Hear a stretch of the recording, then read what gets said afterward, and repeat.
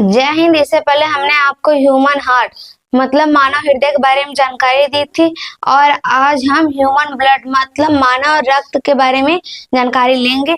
अब देखिए ब्लड को हम हिंदी में रक्त कहते हैं और उर्दू में इसे लोग लहू कहते हैं। क्या कहते हैं? लहू कहते हैं। अब देखिए ब्लड के अध्ययन को हम सेरोलॉजी कहते हैं। क्या कहते हैं? जो हमारा ब्लड है इसके अध्ययन को हम सेरोलॉजी और हेमोटोलॉजी भी कहते हैं। क्या कहते हैं? सेरोलॉजी और हेमोटोलॉजी भी कहते हैं। अब देखिए रक्त का परिसंचरण मतलब हमारे रक्त का आवागमन, इसकी खोज विलियम हार्वे सर ने की थी। जो हमारा रक्त का परिसंचरण मतलब जो हमारे रक्त का आवागमन है इसकी खोज विलियम हार्वे ने की थी। किसने की थी? विलियम हार्वे ने की थी। रक्त का आवागमन, अब देखिए जिससे हमारे शरीर में ऊर्जा बनी रहती है। जब हमारे रक्त का आवागमन रहेगा मतलब रक्त का आना और जाना बराबर चालू रहेगा तो हमारे शरीर में तापमान बराबर रहेगा। क्या रहेगा? बराबर रहेगा और उससे हमें ऊर्जा मिलेगी। क्या मिलेगी? ऊर्जा मिलेगी। अब देखिए प्राकृतिक कोलाइड, इसे हम नेचुरल कोलाइड भी कहते हैं। क्या कहते हैं? नेचुरल कोलाइड भी कहते हैं। अब देखिए कोलाइड होता क्या है? कोलाइड होता क्या है? देखिए जब हम किसी चीज को छानते हैं मतलब मान लीजिए हम चाय को छानते हैं। जब हम चाय को छानते हैं तो छन्नी में हमारा चाय पत्ती रहता है। क्या रहता है? सिर्फ और सिर्फ चाय पत्ती रहता है और चाय का जो पानी चीनी ये सब जो घुल गया होता है वो नीचे चला जाता है बर्तन में। कहाँ चला जाता है? नीचे बर्तन में चला जाता है। जो छन्नी में हमारे चाय पत्ती रह जाती है उसी को हम कोलाइड कहते हैं। क्या कहते हैं? कोलाइड कहते हैं। तो उसी तरह जो हमारा ब्लड भी है ये पूरी तरह से नहीं छानता है। क्या है? ये पूरी तरह से नहीं छानता। जब आप इसको छानेंगे ब्लड को तो उसमें भी ऊपर कुछ न कुछ फंसा रहता ही है। इसीलिए ब्लड को हम प्राकृतिक कोलाइड या नेचुरल कोलाइड भी कहते हैं। देखिए हमने यहाँ पे लिख दिया है जब हम इसे छानेंगे, किसको छानेंगे? ब्लड को, तो ये ब्लड पूरा छानता नहीं। कौन नहीं छानता? हमारा ब्लड पूरा नहीं छानता। उसका जो उसमें ऊपर न कुछ अटका ही रहता है मतलब कुछ रहता ही है, कुछ न कुछ छनने में रह जाता है और इसी को कोलाइड कहते हैं। अब देखिए हमने आपको यहाँ बता दिया इसके बारे में। अब देखिए हमारा संयोजित ऊतक, इसको हम कनेक्टिव टिश्यू भी कहते हैं। क्या कहते हैं? कनेक्टिव टिश्यू भी कहते हैं। देखिए जो हमारा ब्लड है ये हमारे पूरे शरीर को जोड़े रखता है। क्या करता है? ये हमारे पूरे शरीर को जोड़े रखता है। और देखिए जब हम अपने हाथ को मलते हैं, क्या करते हैं? मलते हैं तो हमारा हाथ क्या हो जाता है? गर्म हो जाता है। क्या हो जाता है? गर्म हो जाता है, जिससे जो हमारा ब्लड है इसके आवागमन से हमें ऊर्जा मिलती है। क्या मिलती है? ऊर्जा मिलती है। और हमारे शरीर का तापमान 37 डिग्री सेल्सियस रहता है। कितना रहता है? 37 डिग्री सेल्सियस रहता है हमारे शरीर का तापमान। और उसको बनाने का कौन कार्य करता है? ब्लड हमारे शरीर के तापमान को बनाने का कार्य करता है। अब देखिए पीएच मान, जो हमारा ब्लड का पीएच मान है यह 7.4 होता है। कितना होता है? 7.4 होता है। इसलिए ये क्षारीय है। क्या है? इसलिए ये क्षारीय है। अब देखिए हमारा ब्लड जो है क्षारीय कैसे है, अब उसके बारे में आपको इसका आगे बताते हैं। देखिए पीएच मान अगर 7 से ऊपर रहता है, पीएच मान जब 7 से ऊपर रहता है तो उसे क्षारीय कहते हैं। क्या कहते हैं? क्षारीय कहते हैं। इसलिए इसे हम बेस कहते हैं। क्या कहते हैं? इसलिए इसे हम बेस भी कहते हैं। और जब पीएच मान 7 के नीचे रहेगा, जब पीएच मान हमारा 7 के नीचे रहेगा तो उसे हम अम्लीय कहते हैं। क्या कहते हैं? अम्लीय कहते हैं। और अम्लीय को हम इंग्लिश में एसिड भी कहते हैं। क्या कहते हैं? इसे हम अम्लीय या एसिड भी कहते हैं। और जब पीएच मान हमारा 7 रहेगा, नहीं 7 से नीचे और नहीं 7 से ऊपर, सिर्फ 7 रहेगा, तो उसे हम न्यूट्रल कहते हैं। क्या कहते हैं? न्यूट्रल कहते हैं। अब देखिए मेल को हम हिंदी में पुरुष कहते हैं। क्या कहते हैं? पुरुष कहते हैं। और पुरुष में ब्लड की मात्रा 5.5 लीटर होती है। लगभग 5.5 लीटर होता है। कितना होता है? लगभग 5.5 लीटर होता है। और फीमेल मतलब महिलाओं में ब्लड 5 लीटर लगभग होता है। कितना होता है? लगभग 5 लीटर होता है। और क्योंकि फीमेल में हीमोग्लोबिन की मात्रा कम पाई जाती है, देखिए जो पुरुष हैं इनमें 5.5 लीटर ब्लड इसलिए पाया जाता है। क्यों? क्योंकि इनमें हीमोग्लोबिन की मात्रा ज्यादा होती है जिससे ब्लड ज्यादा बनता है। और महिलाओं में 5 लीटर ब्लड इसलिए होता है क्योंकि इनमें हीमोग्लोबिन की मात्रा कम होती है, इसलिए इनमें ब्लड कम होता है। और हीमोग्लोबिन के कारण फीमेल में ब्लड कम होता है, ये हमने आपको बताया। अब देखिए, क्योंकि HB ही RBC मतलब लाल रक्त कोशिका का निर्माण करता है। किसका निर्माण करता है? हमारा हीमोग्लोबिन या RBC मतलब लाल रक्त कोशिका का निर्माण करता है। और RBC ब्लड का बहुत बड़ा हिस्सा होता है।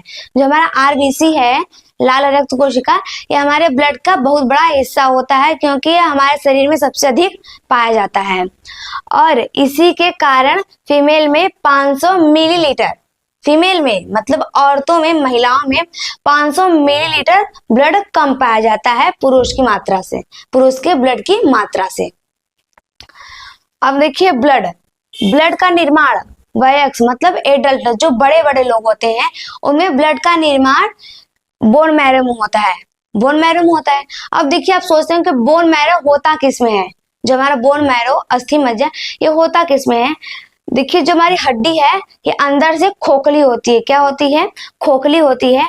और इसमें लाल कलर का जालीनुमा संरचना पाई जाती है। क्या होती है? लाल कलर का जालीनुमा संरचना पाई जाती है, जिसे हम बोन मैरो या हिंदी में अस्थि मज्जा कहते हैं। क्या कहते हैं?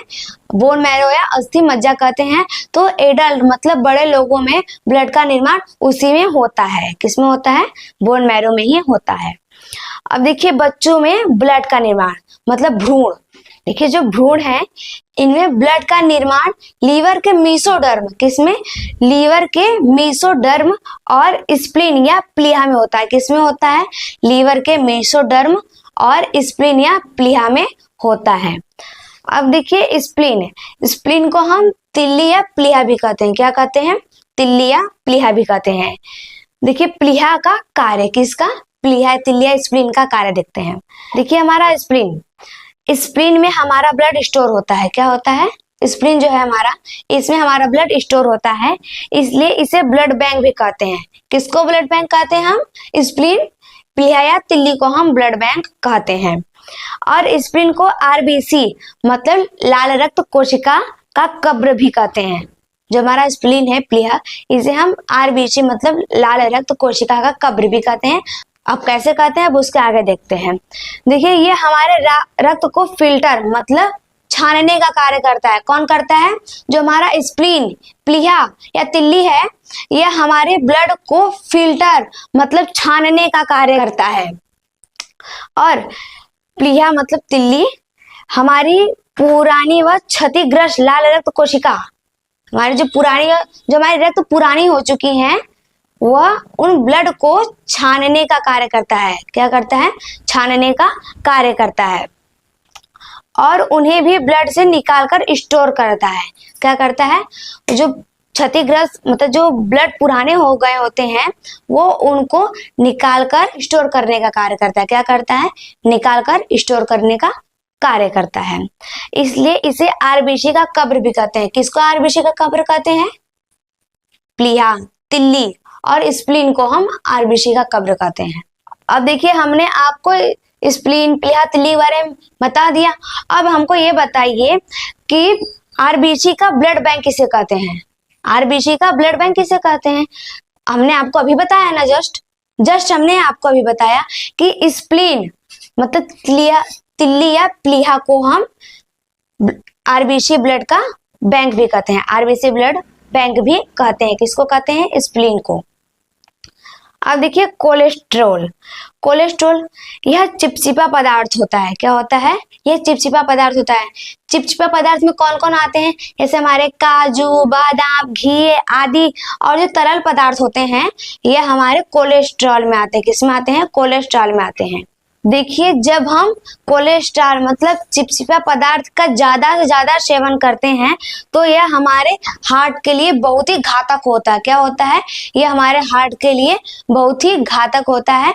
और ये जो हमारा कोलेस्ट्रॉल है, यह हमारे जब ब्लड में मिल जाता है तो हमारे हार्ट में जाता है और हमारे हार्ट में जाकर जम जाता है, जिसके कारण ये हमारे हार्ट मतलब हृदय की गति को कम कर देता है। क्या कर देता है? हृदय की गति को कम कर देता है और हमारे हार्ट को धड़कने नहीं देता है। किसको धड़कने नहीं देता? हमारे हार्ट को धड़कने नहीं देता। तो इसी कारण हार्ट अटैक भी आता है। किसके कारण आता है?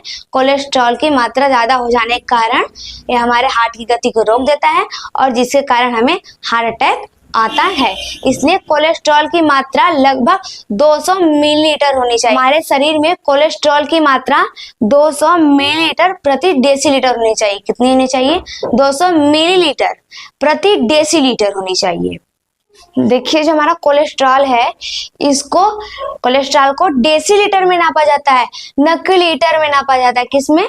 सिर्फ और सिर्फ डेसीलीटर में नापा जाता है। अगर कोई व्यक्ति आपको पूछे कि कोलेस्ट्रॉल को किसमें नापा जाता है, तो आपको याद रखना है डेसीलीटर में नापा जाता है। किसमें?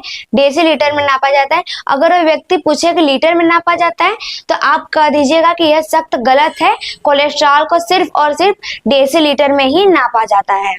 अब देखिए हीमोग्लोबिन। हीमोग्लोबिन का रासायनिक सूत्र Hb होता है। क्या होता है? Hb होता है जी, और इसको हम हीमोग्लोबिन कहते हैं। हीमोग्लोबिन के कारण खून लाल दिखाई देता है। हीमोग्लोबिन के कारण हमारा जो ब्लड है ये लाल दिखाई देता है। किसके कारण? हीमोग्लोबिन के कारण दिखाई देता है।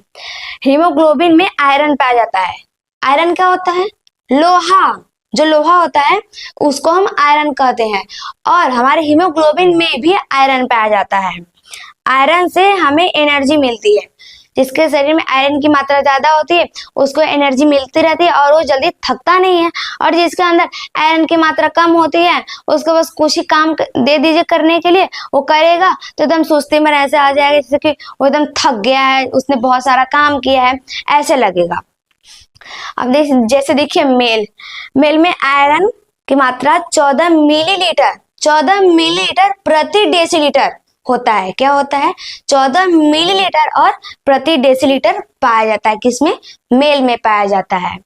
और फीमेल में आयरन की मात्रा 13 मिलीलीटर प्रति डेसीलीटर पाया जाता है। कितना?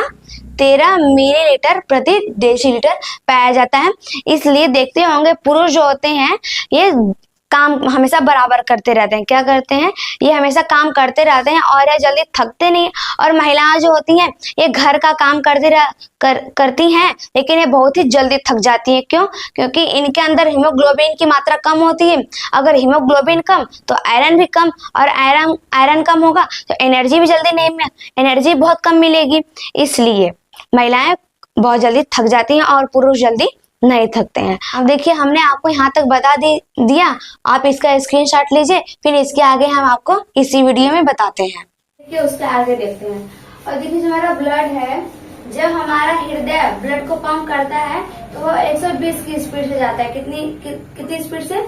120 की स्पीड से। और आता है कितनी स्पीड से?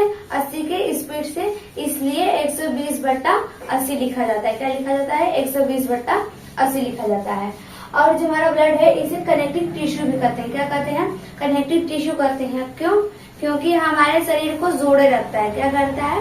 ये हमारे शरीर को जोड़ने का कार्य करता है और इससे हमें ऊर्जा बनी रहती है। जो हमारा ब्लड है इसके आवागमन से, मतलब जो हमारा ब्लड का आवागमन चालू रहेगा, आना और जाना चालू रहेगा, उससे हमारे शरीर की ऊर्जा बनी रहेगी। क्या रहेगी? शरीर की ऊर्जा बनी रहेगी और हमारे शरीर का तापमान 37 डिग्री सेल्सियस रहेगा। कितना रहेगा? 37 डिग्री सेल्सियस बना रहता है। अब देखिए स्प्लीन मतलब प्लीहा। अब आप सोचेंगे कि इससे पहले हमने आपको स्प्लीन के मतलब प्लीहा के बारे में जानकारी दे दी, तो ये किस लिए? तो फिर उसके और प्लीहा के बारे में जानकारी देने के लिए। अब देखिए जो मलेरिया रोग है, मलेरिया रोग तो आप सुने हैं नाम। मलेरिया की बीमारी से यह स्प्लीन खराब होने लगता है। क्या होने लगता है? जो मलेरिया नामक बीमारी होती है, मच्छर काटने से होता है, इससे जो हमारा स्प्लीन, प्लीहा या तिल्ली जो है ये खराब होने लगता है। क्या होने लगता है? खराब होने लगता है। क्योंकि ब्लड भी प्लीहा में स्टोर रहता है। जो हमारा ब्लड है ये प्लीहा में स्टोर होता है। क्या होता है? प्लीहा में स्टोर होता है। इसलिए प्लीहा को हम ब्लड बैंक भी कहते हैं। क्या कहते हैं? ब्लड बैंक भी कहते हैं। ये ब्लड जो हमारा खराब है मतलब डैमेज होने लगता है। क्या होने लगता है? जब ये डैमेज होने लगता है, अब देखिए डैमेज होता कैसे है। जो हमारा प्लीहा है, स्प्लीन, जब ये डैमेज होने लगता है तो हमारे ब्लड को स्टोर करने वाला कोई होता नहीं है, हमारे ब्लड को भी स्टोर करने वाला कोई नहीं होता, तो हमारा ब्लड भी डैमेज होने लगता है। क्या होने लगता है? डैमेज होने लगता है, जिसके कारण हमारे शरीर का तापमान भी घटने बढ़ने लगता है। क्या होने लगता है? हमारे शरीर का तापमान भी घटने और बढ़ने लगता है, वो भी मलेरिया की बीमारी में। किसकी बीमारी में? मलेरिया की बीमारी में। अब देखिए पोषक पदार्थ का परिसंचरण, किसके बारे में जानकारी लेते हैं हम? पोषक पदार्थ का परिसंचरण। इसमें देखिए ब्लड हमारा पोषक पदार्थ का परिसंचरण करता है। जो पोषक पदार्थ होते हैं जो हमें भोजन में मिलते हैं, ब्लड उसका परिसंचरण करता है। क्या करता है? परिसंचरण करता है। गैस का जो हमारा ब्लड है ये गैस का भी परिसंचरण करता है। किसका परिसंचरण करता है? यह गैस का, मतलब कार्बन डाइऑक्साइड, ऑक्सीजन भी परिसंचरण करता है। क्या करता है? ब्लड जो हमारा, ये हमारे ऑक्सीजन का भी और कार्बन डाइऑक्साइड का भी परिसंचरण करता है, मतलब आवागमन करता है। और यूरिया, अमोनिया आदि खराब पदार्थ को लेकर किडनी को दे देता है। खराब पदार्थ को लेकर किडनी के पास साफ होने के लिए चला जाता है। क्या होने के लिए चला जाता है? अमोनिया, यूरिया, जो आदि अन्य पदार्थ, खराब पदार्थ होते हैं हमारे ब्लड में घुले होते हैं, तो हमारा जो ब्लड है वो शुद्ध होने के लिए, मतलब वो साफ होने के लिए हमारे किडनी के पास चला जाता है। किसके पास चला जाता है? किडनी के पास चला जाता है। और किडनी ब्लड में अमोनिया, यूरिया आदि को डायलिसिस, मतलब फिल्टर करके अमोनिया, यूरिया आदि खराब पदार्थ को अपने पास रखकर ब्लड को साफ करके छोड़ देता है। जो हमारा किडनी है वो डायलिसिस द्वारा उन खराब पदार्थ को अपने पास रख लेता है। क्या करता है? उस खराब पदार्थ को डायलिसिस द्वारा अपने पास रख लेता है और ब्लड को शुद्ध करके छोड़ देता है। क्या करके? शुद्ध करके या ब्लड को छोड़ देता है। इसे उत्सर्जी पदार्थ का परिवहन कहते हैं। इसे उत्सर्जी पदार्थ का परिवहन कहते हैं। किसको कहते हैं? किडनी को। अब देखिए जो हमारा ब्लड है, रक्त के दो भाग होते हैं। जो हमारा ब्लड, रक्त, इसके दो भाग होते हैं। पहला क्या है? प्लाज्मा। दूसरा क्या है? कार्पल्स। दूसरा क्या है? कार्पल्स, जिसे हम हिंदी में रुधिराणु कहते हैं। क्या कहते हैं? रुधिराणु कहते हैं। और देखिए जो प्लाज्मा है इसकी हमारे ब्लड में 60% होता है। जो प्लाज्मा है ये हमारे ब्लड में 60% पाया जाता है। और जो कार्पल्स मतलब रुधिराणु है ये हमारे ब्लड में 40% पाया जाता है। कितना परसेंट पाया जाता है? 40% पाया जाता है। जो हमारा प्लाज्मा है इसकी मात्रा ज्यादा इसलिए होती है क्योंकि यह लिक्विड पार्ट होता है। क्या होता है? लिक्विड, मतलब एकदम तरल पदार्थ होता है, जिसका आप छन्नी से छाने तो पूरा छन जाता है। और जो हमारा कार्पल्स मतलब रुधिराणु है ये कण के समान होता है। क्या होता है? कण के समान होता है। जो हमारा ब्लड है जब आप इसको छानेंगे तो पूरा नहीं छनता, वो छन्नी में पूरा नहीं छनता। जब छानेंगे तो छन्नी के ऊपर कुछ न कुछ कण अटक ही जाते हैं, इसलिए हमारे ब्लड में 40% पाया जाता है और प्लाज्मा 60%। अब देखिए प्लाज्मा में दो प्रोटीन पाए जाते हैं। कितने प्रोटीन पाए जाते हैं? दो प्रोटीन पाए जाते हैं। पहला क्या है? Fibrinogen, fibrinogen. और दूसरा क्या है? प्रोन्थोबिन। दूसरा क्या है? प्रोन्थोबिन, प्रोन्थोबिन। अब दूसरा क्या है हमारा? कार्पल्स, रुधिराणु।